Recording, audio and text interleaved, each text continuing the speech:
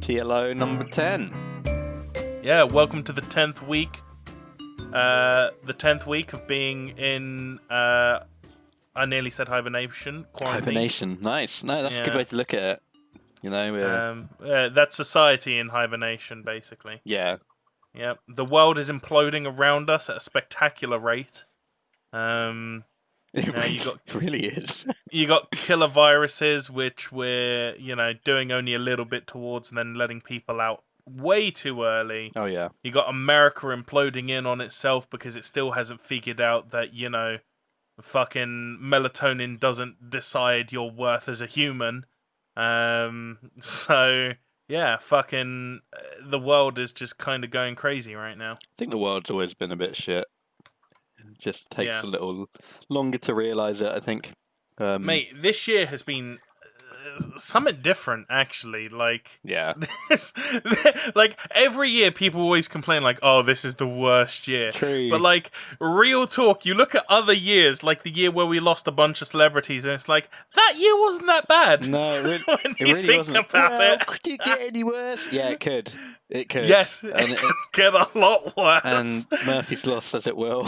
Yeah, and 2020 is the case study, my dude. Yeah, it was all building up to this.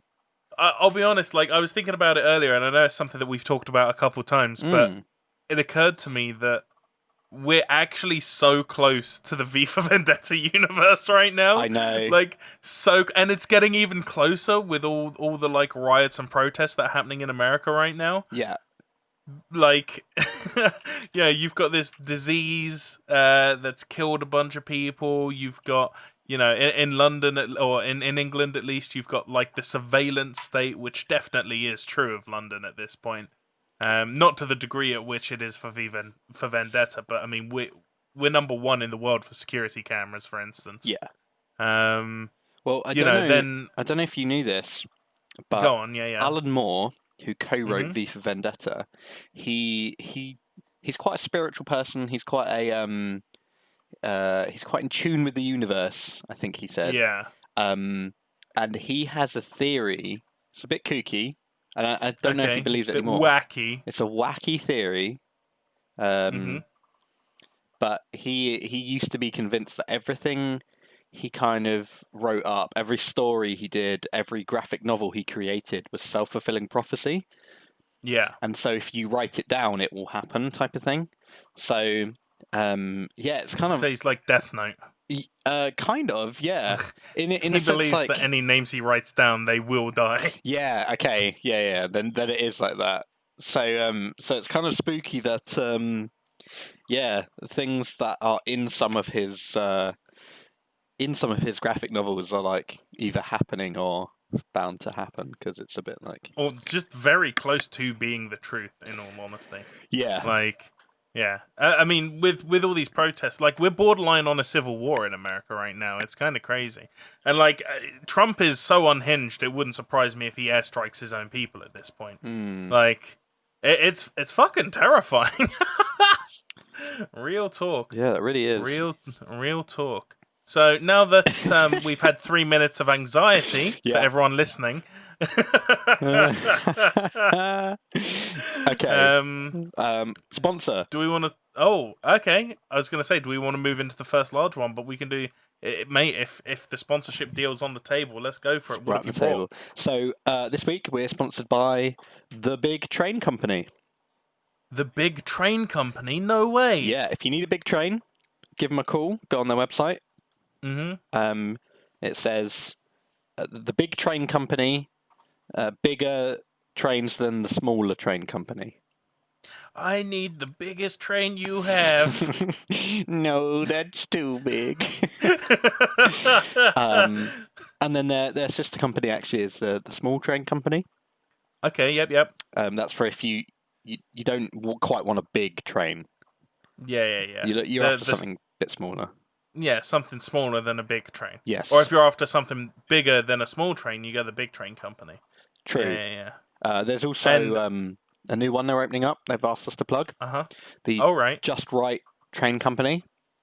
Ooh. So no matter what you need, they'll provide a train that's just right. I think they should have done that from the get-go, to be honest. Going flicking between big and small Yeah, it was a bit crazy. It was a bit mental. You had a choice of either small or big. Where's the medium? Yeah, where's the medium? You call someone out for a check. You're like, well, I'm after a train. They're like, big or small? And I don't know. They're like, all right, well, come and have a look. And then they come and have a look, and they're like, oh, one of these ones. So yeah, you should have called the other company. And it's like, you should have just from the get go just write trains. Yeah. Combine everything, and then one visit, and then they're like, cool, exactly. I know exactly. But anyway, I'm rambling over their sponsorship. Yeah. So yeah. No. I mean, it makes sense. It makes sense. Like the annoying part is like you just have to buy a big train and then hope you grow into it, and it's like that's not. You'll grow into that it. isn't ideal. Yeah. Or you get one that's way too small, and you just. Yeah, you just grow out of it immediately. It's like, oh, nice, excellent. Well, I'm glad I bought this train. Yeah. I have a question though. Yeah. Do they do? What sort of subsections of trains do they do? Are they steam? Are they electric? Are they, diesel? What are they? Wind? Well, they kind of they kind of just say on their website, any train you need, we can get. So. Wow. Yeah, I know. But then, I don't know. This is seeming a bit too much. I mean, imagine if they turn up and none of your track is electrified, and you want a magnet train, and they're like, "Sorry, mate." Yeah. Can't That'd do be that. shocking. Yeah. Shocking. Shocking. Yeah. Shocking, mate. Yeah.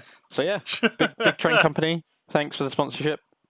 Yeah. For this week. Shout out to Small Train Company, and keep your eyes out for the Just Right Train Company coming soon. TM. Just right. TM.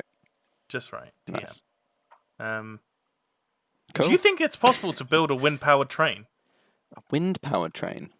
Yeah, so I was just thinking, like, as we was doing that sponsorship, maybe this is something that we should pitch to them, right? Ooh. But, like, so you got wind-powered sailboats, right? Yeah. They catch the wind, they push them along, right? And the way that it works, like, because obviously the wind isn't always going to push you in the direction that you want, but the way that it works is, like, it just catches the wind, and then you redirect the force of it so that it pushes you where you want to go, right? Yeah. And I'm like, if you built a monorail, so it was above the city skyline, above, like, skyscape, right? So you're not getting held back by, like, wind isn't being blocked by buildings, right? And then you built, like, trains with giant masts that could catch the wind. Do you reckon it'd be possible to have wind-powered trains? So I'm really laughing because one, it was a very steampunk idea. Two, I found an exact fucking picture of what you're describing. Really? Which is fake. Which is fake. I'll send it to you now so you can have a laugh, but I'll put it in the show notes below. Oh my god. That's not quite what I was thinking. But the other thing I was laughing at is I did just Google wind-powered trains. Mm-hmm. And it turns out an easier way to do this is for wind farms to generate electricity. And actually in the Netherlands, their trains are 100% powered by wind energy via electricity. Oh, snap. That's so cool. I had no idea. So technically they are wind-powered trains. Technically they are wind-powered trains, yeah. Just not in the way you thought there might be. You know what? I kind of want to do my own Photoshop now of what I was imagining in my head as, like, a train, if that makes sense. Yeah. Like, I don't know, I feel like I might do up a Photoshop and then I'll pay an artist to, like, actually draw it out, like, seamlessly. I don't know, I think it's a cool concept. Like, do something like, I don't know, it just occurred to me, like, that you've got, like, steam, you've got electric, you've got diesel, but we never utilised wind for trains. Yeah. I mean, we even utilised horse and carriage for trains, right? Like, there were some trains that were pulled by horses. That's just like teams true. of horses. Yeah, that was like the OG train, just a bunch of horses. Yeah. OG train, just a bunch of horses tied together. Yeah. And then Tied together, just like... Just one rope, tie them around each of their midsections. Boom, you got a train. Yeah, that's actually what most with trains are 6 horsepower. nowadays. They're just in disguise. Yeah. You don't realize it, but it's actually just a very complicated stable that is built around the horses. Yeah, yeah. We've been brought up to kind of just ignore it, but if you look really carefully, yeah, yeah, you'll see the hooves, and you'll hear the. That's what that sound is, right? When you're going over. That isn't the train going over the rails. That's the hooves clopping as they're running along, mate. 200 horses tied together. 200 horses. Like, it's crazy. They managed to fit them in the walls of the carriages and stuff like that. It's gross. Don't ever open up one of those like maintenance panels on the train. No, it looks like a Tesco's lasagna. Trust me, it's so not good. But yeah, all right. Well, that was an odd thought before a large one. Yes. So I have a large one. Amazing. Do you want to do? You know what my large one is. Yes. I don't know what your large one is. So do we want to do your large one first, or do we want to do my large one first? I don't know how much there is to talk about my large one. Oh. But we both know what it is anyway. Okay. So I'll let you choose because you know both of the large ones already and I don't. That's true. Ooh. Yeah. I feel like we could get carried away with your one though. I feel like we could. I mean, it has the potential to spiral as everything does. Yeah.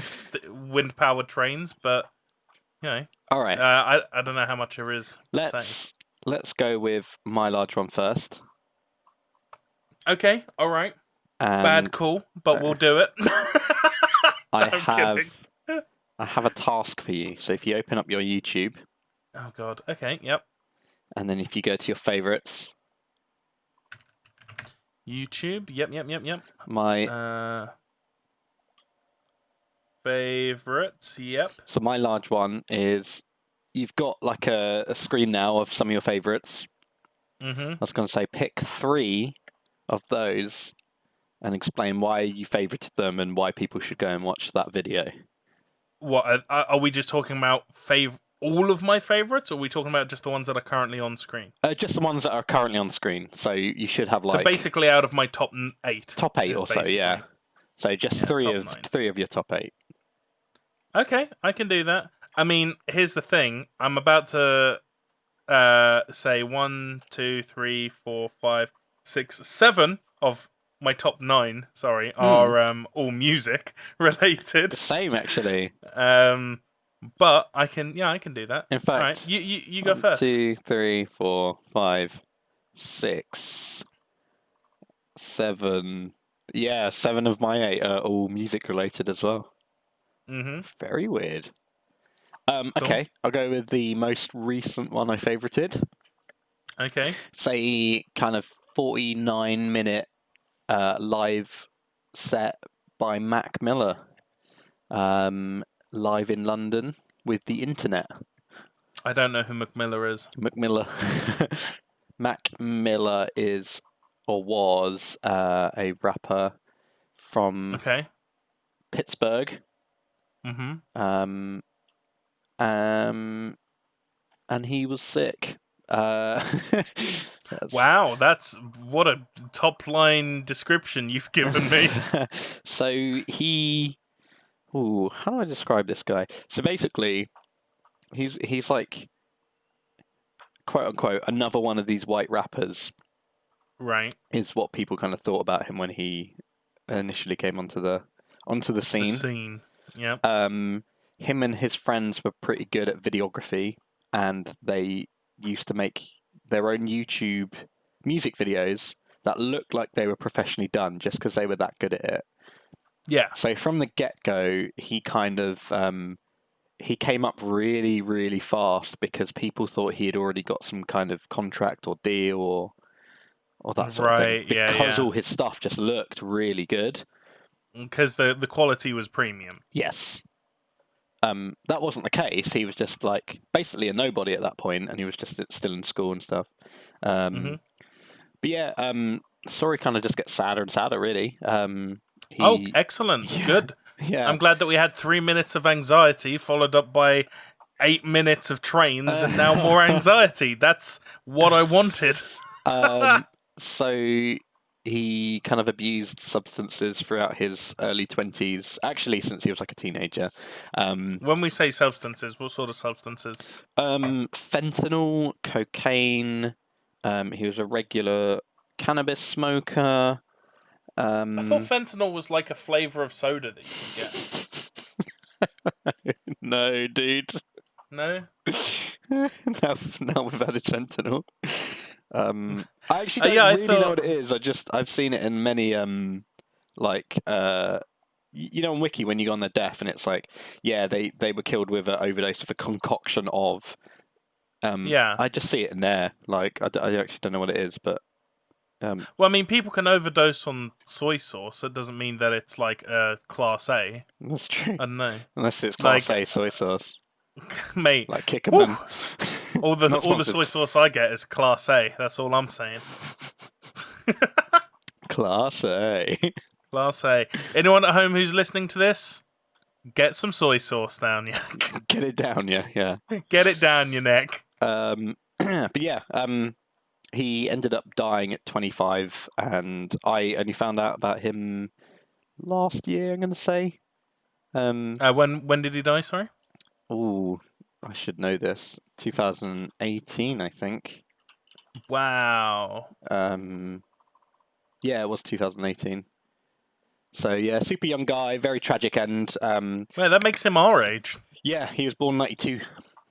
Jesus Christ. Yeah, it's very sad. But like, you know, we fortunately live in a time where these kind of things on the internet are like immortalized. Yeah. And so, you know, back in, pre-internet days, if this guy lived to that age and he died, you know, you'd have either no record of him or, you know, you never would have heard of him or... Yeah. So, yeah, it's quite fortunate, I think. But, yeah, so that's my last favorited one. Okay. Well, I'll tell you what. Should we mix it up and I go for one now? Of course, yeah. Yeah? We'll do like a back and forth sort of thing. Like the old 1-2. Or the old 1-2, like pop, pop, pop. So, the one I'm now about to recommend, it is also a music set.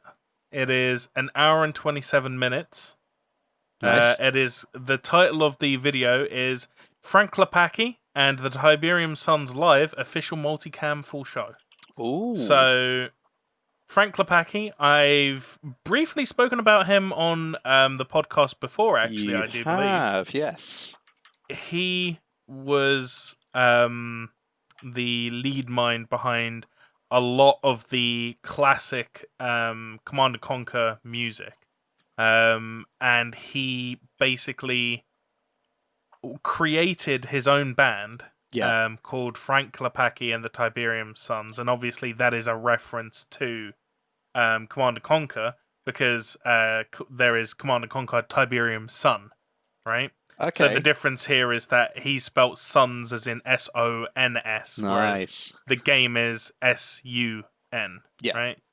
So, but anyway, so he created this band, and literally it's them replaying like classic Command & Conquer songs, but like because it's not a super old video game, it's not like overly compressed. He's got as many channels to play with as he wants. Basically, it's like a full rock show of all the classic songs, but you wouldn't have heard them in this sort of high quality before. Nice. Because obviously they were always super compressed from the game themselves.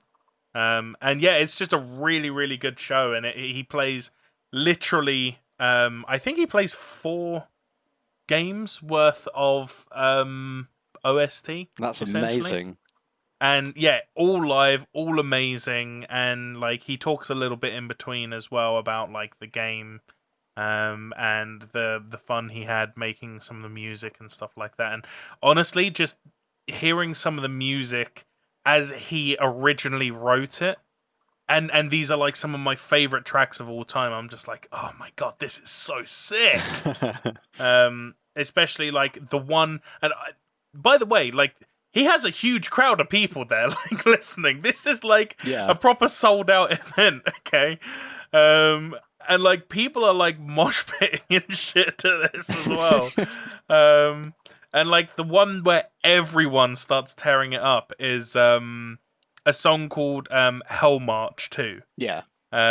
Which again I spoke a little bit about, and it's the one where they used the marching of an army to sort of create the rhythm and the beat of it, and that was like the underlying like procession. Nice. Is it procession? No, percussion. Sorry, I'm an idiot. Yeah. Percussion for the song, sort of thing. And like everyone starts tearing it up, and when that starts, the whole crowd starts stamping in time with it as well. That's so sick. So you've got thousands of people stamping in time with it, like, yes! Oh my god. So good. Like, honestly, I would genuinely love to meet, like, Frank Klepacki and the Tiberian Sons and, like, go and see them play and shit like that. That would be insane. That's why I'm actually so hyped for the collector's edition of Command & Conquer that I've got coming, because the remaster comes out next Friday. Do they play often then, these guys, or is this quite a unique? Is it quite an event when they do it? It's definitely an event when they do it. Yeah. Let me have a look. So they do have a website for it as well. Oh, they've got a Twitter. I found their Twitter. Let me see. So actually, yeah, they are playing in Russia this year. Whoa. Which is super cool. They've already done it. Yes. Or already postponed it. Who knows? One of the two. It was rescheduled, but so they do still play around. But if they ever come to London, I'm going. I don't care if I'm going by myself or you're more than welcome to come with, dude. It's gonna be a good time. Well, I'm definitely gonna watch that whole set. Honestly, like, I don't know. It might seem super nerdy, but it is something I'm super passionate about, and like genuinely, just like the music that he's made, like genuinely has massively influenced me in my life. So I love that. That set is just so cool. Oh, and at the beginning as well, it's so good. At the beginning of it as well, they have graphics and stuff from the game. It's like, this program will install Command and Conquer and shit like this, and it just feeds into everything that people wanted. So the set is from the 22nd of January 2019, so it's actually relatively new. Very nice. But it's just so good, and even in the comments, people are just like nostalgia nerding over it, sort of thing. Like, never in a million years did I expect to watch Frank Klepacki playing my favorite Command & Conquer songs live, and yet here we are, sort of thing.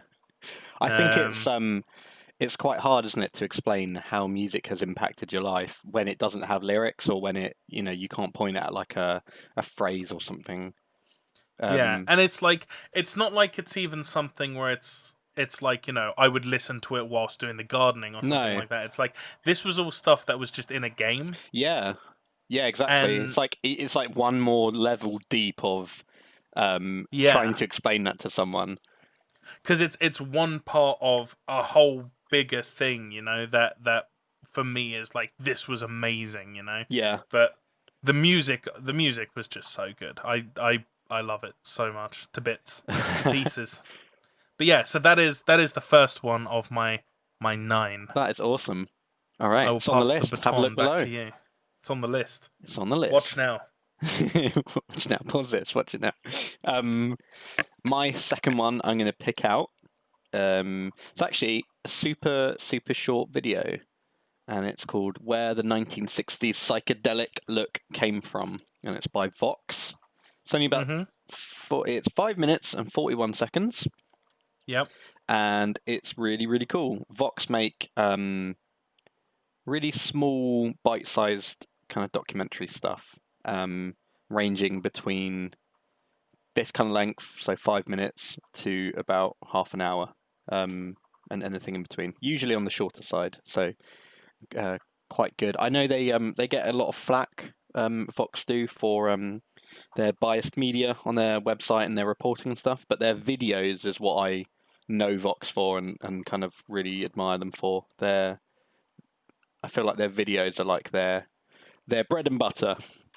Yeah. Um, Yeah. So, yeah, just to throw that out there because I know there's controversial Vox opinions, but yeah, this video basically it outlines the kind of art movement of the 1960s and like the psychedelic art movement in specifically, and how that all stemmed from the 1920s kind of arts and crafts and Art Nouveau movement as well. Something that seems really obvious when you see posters side by side, but I just didn't know it, and I thought it was really cool. I'm obsessed with the 1960s, as you know,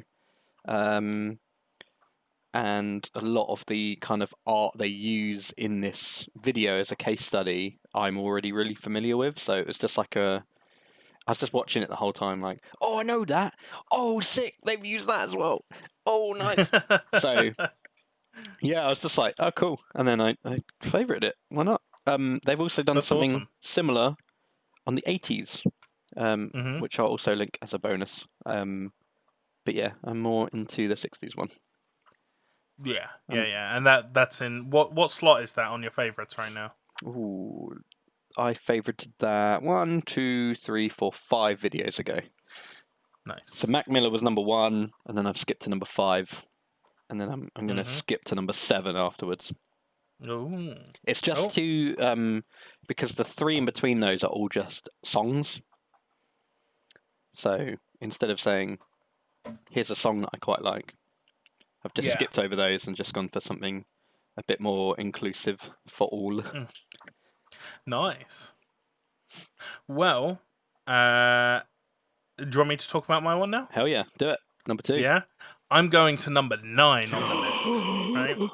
No and now this one is going to be far before. Nobody's ever done this. Now this is going to be kind of controversial. Okay, so for anyone who's listening and has controversy with what I'm about to say, hear me out till the end because I make a very valid point and I'm correct. I'm right. Right? I'm just right. Don't boo me. Why are you booing me? Sorry. So I'm nervous. Flat Earth to the Edge and Back, an official movie by Logan Paul. Okay. I rewatched the making of that the other day. So, you've obviously seen it, so you know. But your reaction was very much the same as what I expect most people's reaction was. Yes. When it first came to it, it was like, oh, you fucking kidding me. Logan Paul, what are you doing, mate? Right? Not only that, that it's sort of line. Flat Earth and Logan Paul in one video. Yeah. It's like, oh my god, you couldn't have combined more things that I hated into one video, could you? Yeah. Yeah, it's the 2016 of videos. We think it's really bad, but it could actually be a lot worse. But anyway, so I watched it just because I can't remember what originally made me watch it. I know Logan Paul isn't on my radar as somebody who I particularly enjoy content-wise. I'll be honest, I haven't really seen any of his content, mostly just sort of the drama that spawns from it. Yeah, agreed. However, I decided to give this a watch. I can't remember why, but I was like, bollocks to it. I'll give it a go. And the production value on it is insanely good. Yeah. Okay? The production value is up there. It is basically a documentary, right? It's really well put together. It also turns out to be sort of a parody / a skit, basically. Yeah, it's a mockumentary, really, isn't it? Yeah, pretty much. But it actually uses like real flat earthers as well. Yeah. And like real flat earther events and stuff like that. But it's sort of it's poking holes at the whole thing. It pokes holes in himself and is very sort of self-referential in some of its comedy. But it's definitely a comedic piece, a mockumentary, and it's just really shockingly high quality. Very interesting the way that they've built it. It's got good pacing, good flow. Overall, the video is it's a really interesting video to watch. I felt like I genuinely did take away some learnings from it because there is stuff in there that is legitimate. True.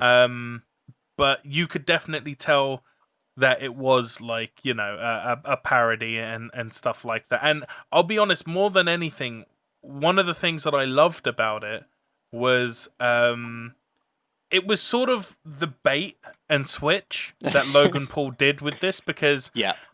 he purposely like let it leak whilst he was making all this, that, you know, he was going to flat earther events and you know, he was joining flat earth conventions, and he said that he was looking into what flat earth actually is and everything. And then there was a whole huge drama about it, and everyone mocking him like, Logan Paul's gone and done it again, the idiot, he's a flat earther now. Yeah. And he really baited all these people into talking shit about him, when actually what he was doing was setting up like this mockumentary, this skit. And it's even funnier because he even basically kind of low-key calls it all out at the end. He's like, oh yeah, and check out all these people who called me out for it when I was just making a skit sort of thing, right? And it's just like, oh, he has played everyone. And, you know, I can't respect him, but I can respect the game. I can respect the hustle, right? That was insane. I looked at it as like, God damn, that is fucking fantastic. Yeah, what a top tier play. Yeah, like, and I think actually that is a really good example of not personally liking someone, but respecting the work that they created. Yes, right? separating the art from the artist type of thing. Yeah, because that right there is the prime example of it. I'm just like, God damn, that was so fucking cool and good. But yeah, if you haven't seen it, I know Logan Paul, some of you listening may be like, but honestly, give it a go. The production quality is great. It's funny. Yeah. The bait and switch is amazing. And overall, it's just really well-made production value. Got to remember, there's a lot of people working on this that isn't Logan Paul. True. So whilst it's his name and he is sort of the sort of lead narrator, I guess you could say, there's a lot of people working on this behind the scenes. He definitely didn't edit this himself, I can tell you that much. And if you're not into watching like a full 50-minute video of Logan Paul kind of going through the motions and that sort of thing, there is a half an hour breakdown of the whole thing. Yeah, if you're looking to save 20 minutes of your life. Yeah, how they came up with the idea, how they kind of stuck to it, how they filmed it, how they got all the contacts and all that sort of business. There's like a thing I'll throw in the description below as well. Yeah. So that's really good. And that is 9th on my favourites right now. That's cool. I will pass the hat back to you. Nice, thanks for the hat, my bro. Anytime, milady. So number 7 on my list, and my final one. It's called The Lost Years of Brian Wilson. 31 minutes. It's kind of a fan-made documentary about Brian Wilson of the Beach Boys. Big summary. Beach Boys started in 1960, thereabouts. And then they went to 1966. And Brian Wilson had a panic attack on a plane and was like, I'm not going to tour with you guys anymore. I just need to stay in the studio, write you guys songs. You guys can go on tour, and you can come back and just sing my songs. How's that sound? And they were like, cool, let's do that. He wrote one of the most influential albums of all time during that time, called Pet Sounds, which it was one of those things when it came out. I'm sure there's stuff like that coming out right now, that we won't realise until 30 years, etc. But when he brought it out, everyone was like, what the fuck is this? This is awful. And then all the people kind of in the know and in the business and stuff, they were the people thinking the opposite. So even though the general masses didn't really buy into it, the people in the industry were like, okay, he's changed the game here, and I think we need to keep up. Yeah. So that album didn't do too well, and then he was working on the next thing, and that got shelved, and he'd poured so much of his heart into that thing that got shelved that he just fell into I think like 5 years of solid depression, God damn. overeating, really excessive like cocaine use, etc., etc.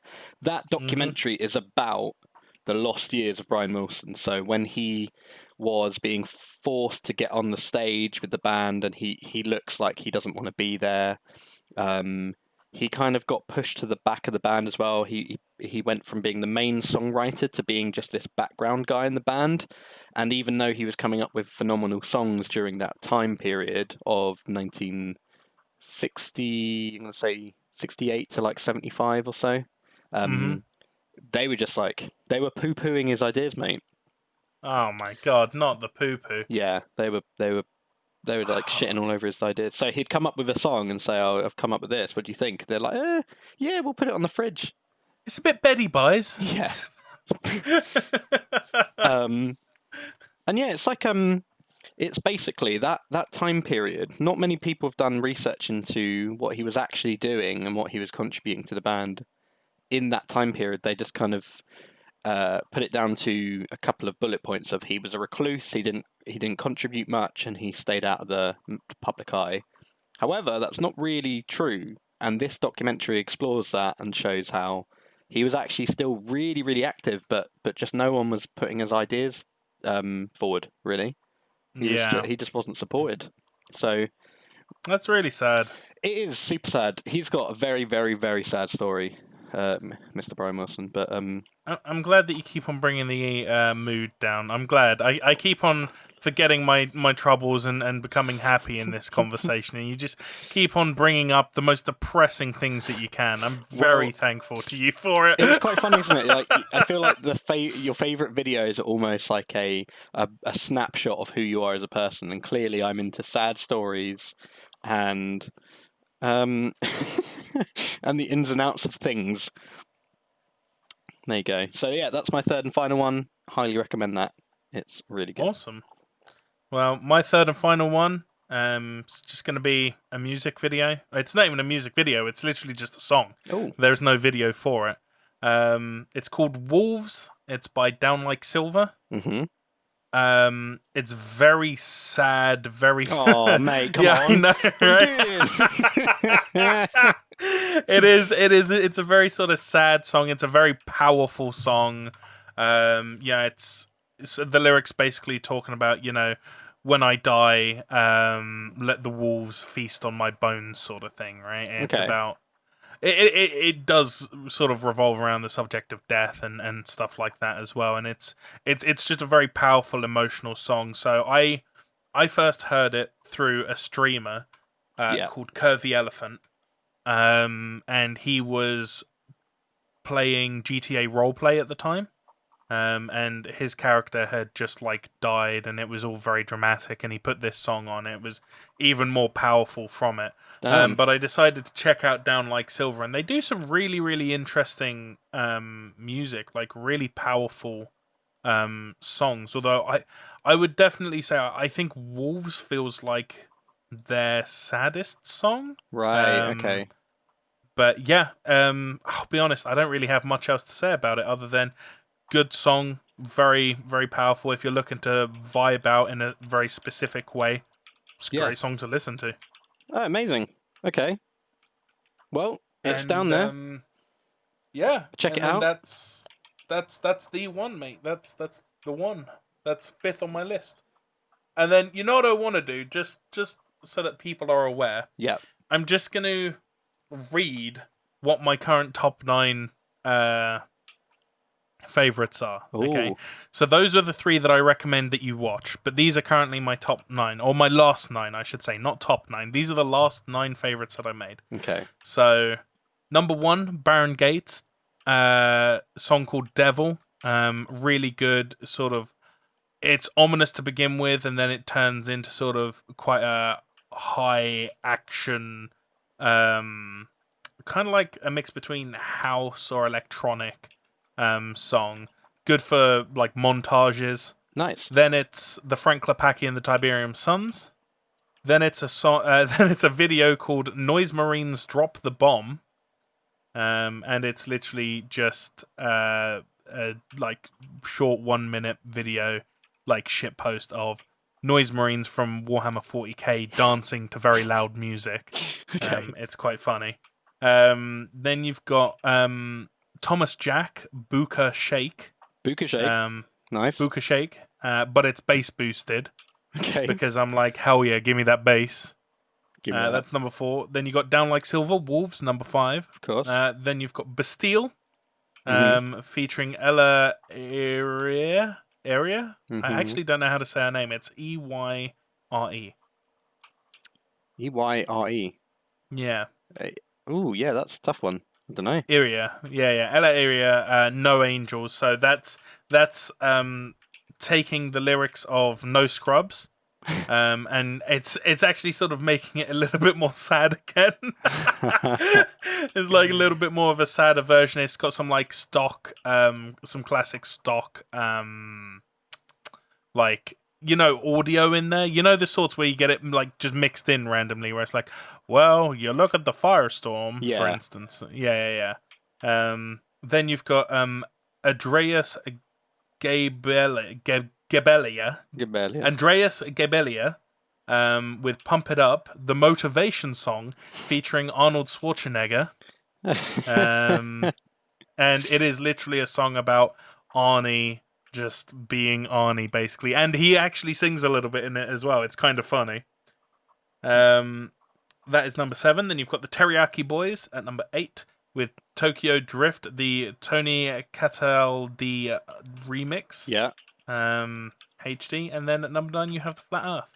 Oh, so amazing. Those are my last 9 favourites. And in all honesty, like, I don't think I've, other than, so the Baron Gates one I added like not even a week ago, but then the Frank Klepacki one, which is the second one in, was added like 4 or 5 months ago. Yeah. So it's been a while since I've even added favourites. I was talking to Shelley about this last night, actually. I said, how often do you favourite videos? And we both agreed it's seldom, if ever, we favourite videos. So the stuff you actually favourite is genuine, like, you go out of your way to do it. Yeah. I have a lot of deleted videos on my favourites. Same, actually. What is that all about? It's just people who are like, okay, I'm done with this video now. Goodbye. Yeah. And that's it. And then rip, right? To mention the ones, honourable mentions in my favourites. Go on, give me some honourable mentions. There's a Beach Boys cover called Till I Die, and it's actually a sad song title, but it's actually a really positive song. It's a Brian Wilson song about, I'm going to be making music till I die, and because that's what I love doing. Really cool. And it's a recreation of that, and you get to kind of see, sometimes when you listen to a song, if you don't have visual aid to kind of see, oh, yeah, there's a guy playing a piano at that point, but I never noticed that before, type of thing. It's really cool to see that. So the cover kind of highlights all the different elements of that song. That's really, really, really cool. Next couple are both songs. One's a cover by a friend of mine called Christina Rotondo. She does loads of acoustic covers. I met her in school and we're still friends, so I check out her stuff when she uploads it. Another song by KMac 2021 2021. His stuff is all really cool. Check him out. And then the only other kind of one to mention, Learn Music Theory in half an hour. It's a half-an-hour video of the basics of music theory, and then it gets harder and harder throughout the video. And I can see from my watch that I got halfway before I was like, oh, this is above me. Nice. That's a lot further than I would get, I think. Oh, one more. How one NASA image tells dozens of stories, and it's about a satellite image taken by the ISS. Yeah. And it's kind of unpicking that one photo. It's really interesting. And that's it. That's my large one. You know what I just realised, by the way? You as you were talking then, because there was 9. For both of us, there was 9 favourites, right? Yeah. In our last favourites on the screen. Yeah. I realised that there could have been a real possibility that one of us could have sat here and be like, well, this is problematic because I only have the last 9 episodes of 2 large ones favorited. Yeah, episode 2, in which we talk about. Wow. Do you just expect us to believe that it's magic or something? Yes. Yeah, as if this wasn't pre-planned. Yeah. It's actually funny that you brought up NASA, because that feeds into my large one today. Nice, excellent. Because I have double-crossed you, and the large one I told you I was going to talk about, I changed last second. Absolutely. Dun, dun, dun. I changed it last second because I realized that there's something going on today which is far more important. Mm-hmm. And so what I want to do is I really want to big shout out to Big Trains and Small Trains for sponsoring this episode. Yep. Check out Just Right Trains coming soon. And wind power trains available at your local wind powered store. Wind power farm. Yep. In the Norway, was it? Netherlands. Basically all the same place. Norway lands. Yeah. I mean, once you get up into that territory, I mean, it's just Nordland. That's what we should call it. But yeah, so just another quick shout out to our sponsor this week. They're giving us free train tickets for life. Yeah. So only anytime for use on their trains. Yeah. We can only use it on their trains, off peak, second train of the day, super and off peak. Ultra off. In fact, the ones that we're allowed to ride on are the maintenance trains. Yeah, we've got a 10-minute window. Yeah. You know what? I would be alright with riding on the maintenance trains. I think that'd be cool as fuck, though. Yeah, it's like a fast train. Yeah, exactly. Not just that. It's just like, have you ever ridden on a maintenance train? No, of course not. No, yeah. So that would be cool, right? It's a new experience. But it's funny because the sponsor actually also kind of feeds into the large one that I want to talk about today. Good. So, today, the day that we are recording this, it is the 30th of May, 2020. Yep. And in a few short hours, SpaceX and NASA will be launching their first manned rocket from American soil to the ISS. Isn't that the first one since 2011? It's like since 2005, I think. Because I know they stopped for a very long time. People, they stopped sending people. No, it may have been 1972 or something. Manned missions from the States, and then they started. No, I'm making that up because 87 was Challenger. Yeah, I'm making that up. Yeah, but I mean, it's not just that. This is the first manned SpaceX flight as well, which is super exciting. Because SpaceX, for those of you who aren't aware, is they're a space agency attempting to make space flight more feasible and more affordable, meaning that it becomes more accessible. Yeah. Which means that we could be doing more shit in space, which is cool as fuck. Yeah. Right?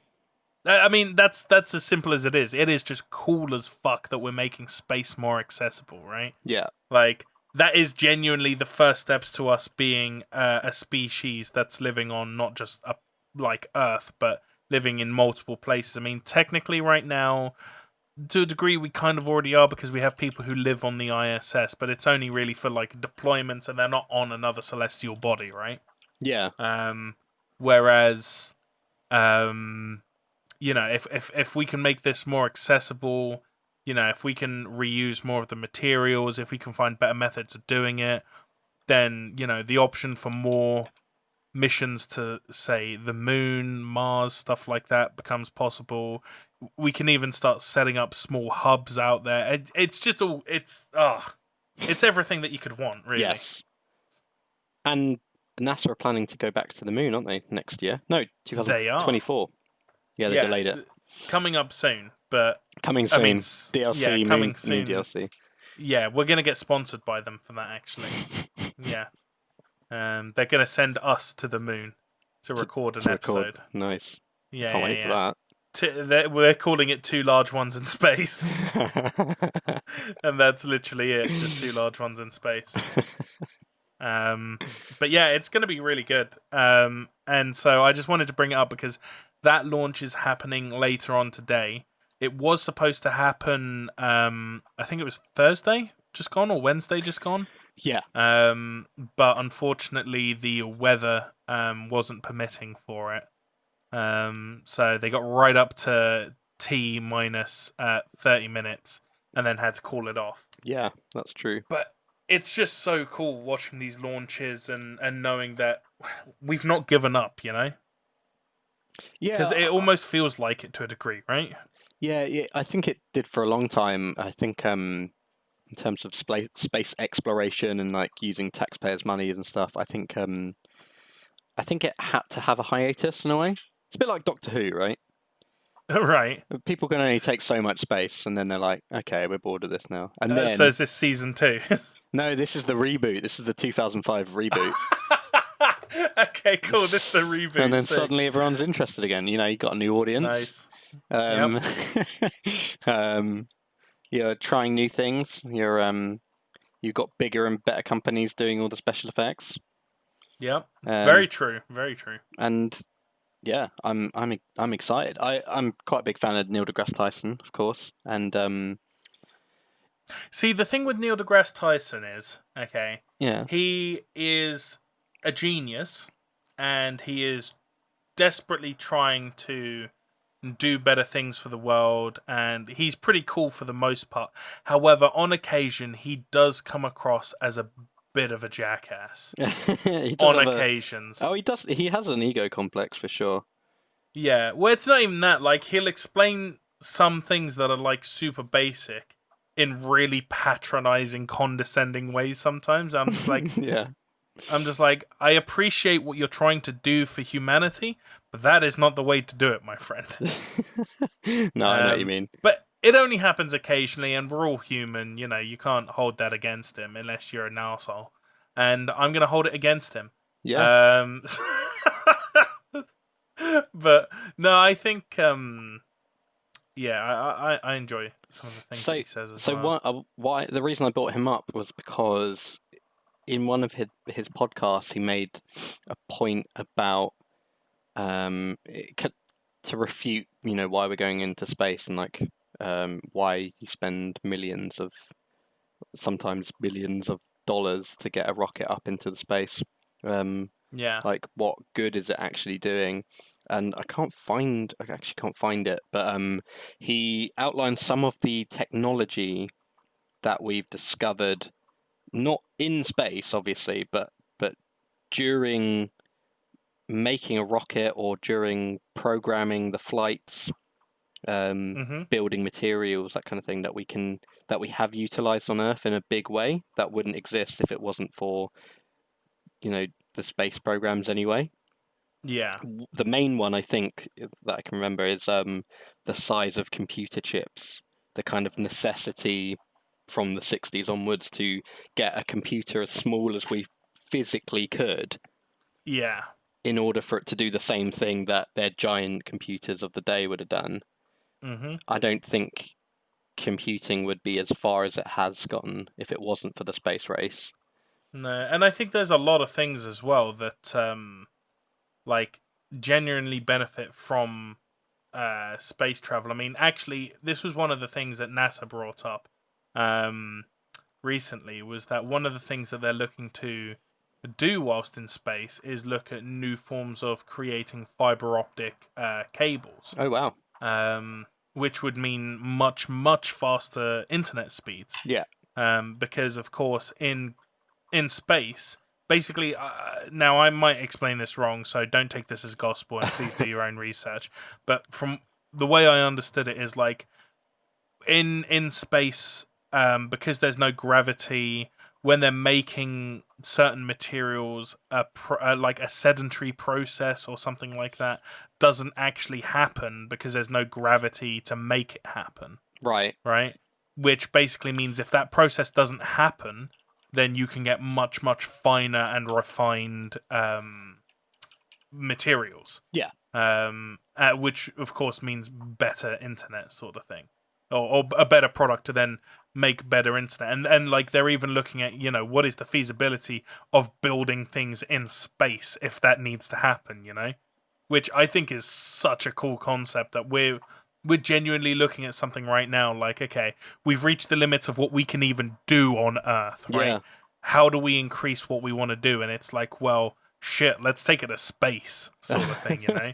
And it's being looked at as, is this viable? It might actually be viable. Yeah, of course. That doesn't happen without companies like SpaceX who are trying to make things more accessible. So I don't know if I explained it yet. I don't think I did. The reason that SpaceX is making, how SpaceX is making things more affordable is they're building ships and processes that can be reused. Yes. So typically with spaceships in the past, you know, like the boosters, for instance, those big bollocks off rockets that you see on the sides, right? Yeah, that blast shit into space, right? This is, I'm reading it from their press release right now. That's what they've written. It's on their homepage. It's it's their tagline, right? Those typically they would fall off the rocket, they would burn up in the atmosphere, and then they would fucking explode into debris into the ocean, right? And it was just like, and those cost like, you know, millions of dollars, right? Yeah. And it was a one-time thing, but now, you know, SpaceX is coming and being like, that's ridiculous, let's reuse them. Yeah. Right? Let's find ways of being able to reuse them. So they've built whole new ways of doing these rockets where they go up, they detach, they come back down, and then they land. Yeah, now. I know. They have legs and they just land, and it's like, cool, now we can reuse them. It's sci-fi shit. It really is. Yeah. It's well, like I say the 60s version, on, 60s vision of the future when we do have like space travel, and it's so cool. Yeah. And I mean, I say like reuse them. They can reuse like 60 or 70% of the materials with them, sort of thing. Like there are some bits which unfortunately they have to replace every time because they're like, if we don't replace it, it will be too dangerous to launch next time, sort of thing. Well, even 10% is bigger than 0, right? Yeah, I mean, literally that's $100,000 saved, right? 10%. 70%, that's $700,000 saved, right? The second that you start saving that amount of money on these launches, you know, things become a lot more affordable, a lot cheaper, a lot more possible to do. And actually, one of the things that I'm super interested in is they have so many safety mechanisms built into them, unlike older ones, right? Yeah. So older ships, I mean, they had safety mechanisms, but nothing like these new ones do. These new ones, they have an entire system built to the concept of aborting the entire process, right? Whoa. And this system can be triggered by either the astronauts inside the ship, ground control, or there is even a basic AI now on the ship that monitors everything, and if it detects anything within failure levels, it just automatically starts the abort procedure. Damn. And what it does is it forcibly ejects the pod that has any of, you know, the like occupants inside it. So in this instance, it would be people. Yeah. It just ejects it at force with an actual booster away from the rest of the rocket at speed. So if anything else goes wrong, at least they're protected, sort of thing. That's incredible. And it can make that decision within 0.2 of a second, right? So it's infinitely faster than like a human can make that call and be like, oh shit, it's going wrong. Do we abort? Do we abort? Do we abort? The computer just looks at it and goes, that line's too high. Abort. Like, you know, it's fascinating the levels at which they're going to, but it makes it more accessible. It brings up its safety. You know, it's just insane how crazy cool it all is. And I didn't really think I would see affordable space travel in my lifetime, but this has given me hope for it, you know? Yeah, it's amazing. I found the website, by the way. That was talking about the bollocks off large. Yeah. It looks slightly different to what you described. Yeah. I can see the shaft, but no rocket pieces. You can see the shaft, but not the bollocks. That's weird. So it's a list of a few of the items. It's just 20 things we wouldn't have without space travel. So Okay. Yeah. just to blast off a few of them. Camera phones, scratch-resistant lenses, CAT scans, LEDs, athletic shoes, foil blankets, vacuum cleaners, well, dustbusters, home insulation, wireless headsets, memory phones, adjustable smoke detectors, baby formula, etc., etc., etc. So I mean, you think about it; those are all like so ingrained Yes. into like your memory as, oh well, that's just an item. That's just something that we've had. Yeah, we've always had that, right? We've always Yeah. had computer mice, for example. Yeah, but you never would have thought like LEDs that came about because of space travel. You would never have thought that. No. Right? You'd have been like, oh, that's probably some dickhead in a shed somewhere dicking around with, electric and accidentally created LEDs or something. Right? You wouldn't have thought, in order to get LEDs, we had to, make that leap into space travel. Yeah. So, like, that's why this is so important. And we're going to constantly create new methods and new things just from space travel. And it's just so exciting, man. Like, we were born at the age where you can't explore the Earth because everything has been mapped out, right? Yeah. But we were born too early to explore space. But now we get to see the birthing of space exploration, right? Yeah. So I think by the time we're,